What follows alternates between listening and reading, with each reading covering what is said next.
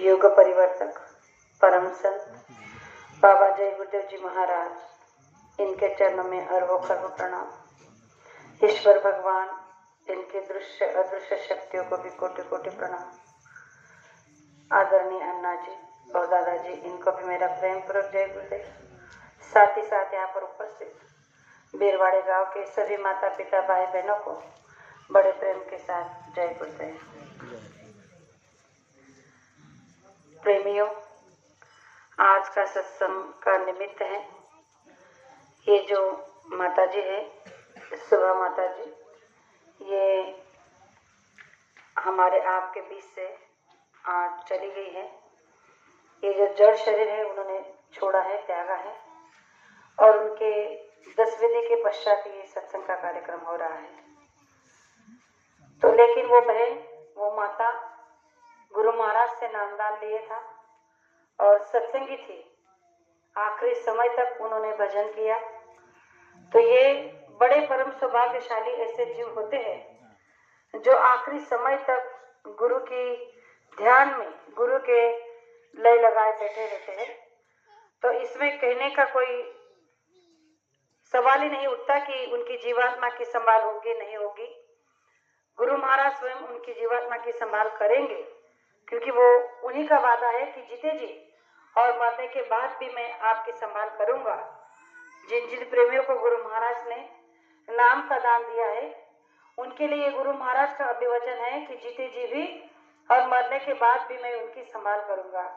तो प्रेमियों, हम आप बड़े परम सौभाग्यशाली है कि गुरु महाराज ने हम सभी को नाम का दान दिया और ध्यान भजन से मिलन करने का रास्ता दिया, और कहा कि अपने ही घर में बैठकर, अपने ही परिवार की सेवा कर कर आप दुकान दफ्तर को करते हुए दिन के 24 घंटे में से 22 घंटे संसार में लगा देना और केवल 2 घंटे में अपना परमार्थ बना लेना।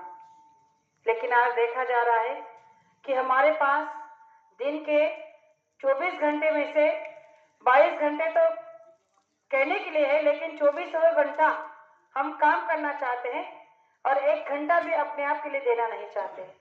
तो प्रेमियों, ये बड़ी दुख की बात है कि गुरु महाराज ने जो कहा है कि आखिरी समय में केवल भजन ही हमारे काम आएगा, तो ये उतना ही सत्य है।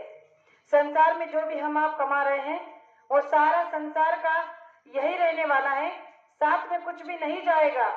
इस बात का प्रमाण भी गुरु महाराज ने हम आप लोगों को कई बार दिया।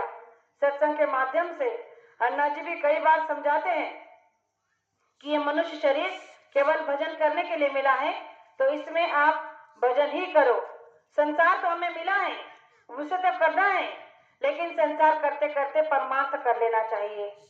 गुरु महाराज ने कहा कि आपको संसार मिला है तो इसमें आप जीते जी परमात्मा का दर्शन कर लेना, क्योंकि ये मनुष्य शरीर बड़े सौभाग्य से मिला है। अब की बार दोबारा नहीं मिलेगा, और मिलेगा नहीं, मिलेगा या नहीं मिलेगा इसकी कोई गारंटी नहीं। लेकिन गुरु महाराज ने कहा कि अब की बार अगर मिला है तो क्यों ना इसमें जो रास्ता मिला है उस पर चलकर हम लोगों के परमात्मा की प्राप्ति कर ले। लेकिन ये जो मन है, ये मन हमें इस ओर आने नहीं देता। तो गुरु महाराज ने कहा कि मन के कहे आप चल रहे हो, इसीलिए महात्मा की बात अभी तक आपके समझ में नहीं आ रही है। तो इस पर गुरु महाराज ने एक छोटा सा प्रमाण दिया था कि इस मन को हमें किस तरह से कंट्रोल में रखना होगा। तो एक सेठ जी थे, उसने एक बकरी को पाल रखा था, और वो बकरी इतना घास खाती थी कि उसे वो चलाते चलाते थक जाते थे। अब उस सेठ जी ने सोचा कि इस बकरी का क्या करूं, इसे रोज इतना घास खिलाता हूं, इतना चारा खिलाता हूं कि इसका पेट ही नहीं भरता, और उसे वो परेशान हो गई। तो सोचने लगे कि इसका क्या करूं। तो उन्होंने बहुत सारे लोगों को कहा कि देखो, जो भी मेरी बकरी का पेट भर देगा उसे मैं 1 लाख रुपए इनाम दूंगा। अब 1 लाख के लालच में पता नहीं बहुत सारे लोगों ने प्रयास किया, बकरी को दिन भर चारा खिलाते रहे, घास खिलाते रहे, लेकिन उसका पेट ही नहीं भरता था, और सब उसे वापस छोड़कर चले जाते थे। तो ऐसे बहुत दिन बीत गए। फिर एक दिन एक संत वहां से जा रहे थे, और जब उन्होंने ये देखा तो उन्होंने सेठ जी से कहा कि सेठ जी, क्या मैं तुम्हारी बकरी का पेट भर दूं? तो महात्मा की तरफ, संत की तरफ देखकर सेठ जी ने कहा कि अरे, तुम खुद का पेट नहीं भर सकते हो और मेरी बकरी का क्या भरोगे? तब उस संत ने कहा कि देखो भाई, बात ऐसे है कि तुमने बहुत सारे लोगों को करके दिखाया, बोल के दिखाया, उन सब ने किया, तो मैं भी तो करना चाहता हूँ। तुम केवल 4 दिन के लिए मुझे बकरी दे दो, फिर देखना 5वें दिन मैं तुम्हारी बकरी को ऐसा घास खिलाकर लाऊंगा कि तुम चाहे जितना उसे घास खिलाओ वो नहीं खाएगी, इतना पेट उसका भर दूंगा। अब सेठ जी को लगा कि सबने प्रयास किया है तो इस महात्मा को भी करने देते हैं। कहा कि ठीक है, आप ले जाओ, 4 दिन अपने के पास रखो और 5वें दिन ये घास नहीं खाना चाहिए, इतना मुझे दिखना चाहिए। तो संत महात्मा ने कहा कोई बात नहीं। तो वो महात्मा जी उस बकरी को लेकर अपने आश्रम में कुटिया चले गए और उसे कुटिया के अंदर बंद कर लिया और दरवाजा बंद कर दिया और उसके सामने बहुत सारा घास रखा, हरी हरी सब्जियां रखी और उसे खूंटे से बांध दिया। और जैसे ही वो बकरी वो घास को खाने के लिए आती थी तो छड़ी से उसको मारते थे। अब ऐसा ही अभ्यास उन्होंने सुबह से लेकर शाम तक करते रहे। वो बकरी घास को देखकर घास खाने आती थी, लेकिन जैसे वो छड़ी उसके मुंह पर मारते थे तो वो पीछे हट जाती थी। अब यही चलता रहा 4 दिन तक। वो बेचारी बकरी, घास तो नजर आता था लेकिन छड़ी के कारण वो घास को मुंह नहीं लगा सकती थी, खा नहीं सकती थी। अब उसके मन में इतना डर बैठ गया कि वो सामने बैठी रही, घास उसके सामने रहा, लेकिन फिर भी उसने उस घास को मुंह नहीं लगाया। अब महात्मा को लगा कि इसका जो मैंने 4 दिन तक इसका जो प्रयास किया है वो सफल हो गया है। और 5वें दिन उस बकरी को लेकर महात्मा सेठ जी के घर आए और सेठ जी से कहने लगे कि देखो, अब तुम्हारी बकरी को जो है घास खिलाकर देखो, वो खाएगी नहीं, मुंह नहीं लगाएगी। लेकिन जैसे ही सेठ जी ने देखा तो कहने लगे कि अरे, ये तो बड़ी दुबली हो गई, तुमने इसे कैसे घास खिलाया? ये तो बहुत दुबली पतली लग रही है।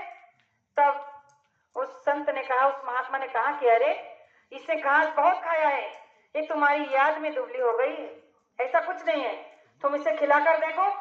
और जब बकरी को सामने खड़ा किया और वो सेठ जी घास लेकर आए तो महात्मा उस घास के सामने बैठे थे छड़ी लेकर, हाथ में छड़ी तो उनकी थी। जैसे वो बकरी घास खाने के लिए आगे आई तो इन्होंने धीरे से वो छड़ी को हिला दिया। अब 4 दिन से वो डरी थी मार खा कर, तो अब उसे लगा कि अगर मैं घास खाने जाऊंगी तो ये जो महात्मा जी हैं वो दोबारा से मुझे मारेंगे, और इसीलिए वो जितना 4 कदम आई थी आगे घास खाने के लिए, उतने ही पीछे 4 कदम हो गई। अब उसने बार बार उसे घास खिलाने के लिए आगे खींचा, लेकिन वो छड़ी को देखती फिर घास को देखती, छड़ी को देखती फिर घास को देखती, और इसी डर में उसने घास को मुंह नहीं लगाया। तब महात्मा जी ने उस सेठ जी से कहा कि देखा, मैंने कहा था ना कि मैं तुम्हारी बकरी को पेट भर के घास खिला दूंगा, और इसीलिए वो घास नहीं खा रही है। तो सेठ जी को आश्चर्य हुआ कि ऐसे कैसे हो सकता है। तो उस महात्मा जी ने सेठ जी से कहा कि ये इसलिए नहीं खा रही है क्योंकि मैंने इसे छड़ी का प्रयोग किया है। तो उन्होंने कहा कि ये जो बकरी है, ये बकरी केवल उदाहरण के लिए गुरु महाराज ने हमारे आप के लिए रखा है, ये बकरी और कोई नहीं, हमारा मन है। तो गुरु महाराज ने कहा कि ये जो मन है ये बकरी की तरह दिन भर मैं ये करूंगा, मैं वो कर लूंगा, मुझे ये चाहिए, मुझे वो करना है, यानी कि इसके अंदर की जो आशा है, जो तृष्णा है, वो खत्म नहीं होती। इसीलिए गुरु महाराज ने कहा कि इसे संयम की छड़ी चाहिए। जब तक हमारे अंदर में ये मन को काबू करने के लिए हम संयम की छड़ी का उपयोग नहीं करेंगे, तब तक ये बकरी रूपी मन हमारे कंट्रोल में, हमारे वश में नहीं होगा। और इसीलिए गुरु महाराज ने कहा कि जब जब आपका मन संसार में भटकने लगे, तब तब आप ये संयम की छड़ी से उसे मारते रहिए और ठिकाने लगाते रहिए। तो एक दिन ये प्रयास आपका सफल हो जाएगा और धीरे धीरे ये मन आपका रुकने लगेगा और आपको ध्यान भजन में आनंद आने लगेगा। लेकिन आज तक हमने इस संयम की छड़ी का कभी प्रयोग ही नहीं किया। हम बैठते तो है भजन के लिए, लेकिन केवल नाम मात्र। हम इसीलिए बैठते हैं क्योंकि गुरु महाराज ने कहा है कि आपको बैठना है तो बैठ जाइए, लेकिन अगर मन से लगन से हम बैठेंगे तो गुरु महाराज ने जो कहा है कि 20 दिन के अंदर आपकी जीवात्मा ना जग जाए तो बाबा जी को बाबा जी मत कहना। जय। तो ये बात केवल कहने के लिए नहीं है प्रेमियों, ये असल में होता है और ऐसे कई लोगों को हो रहा है इसका अनुभव। लेकिन इसके लिए हमें क्या करना होगा,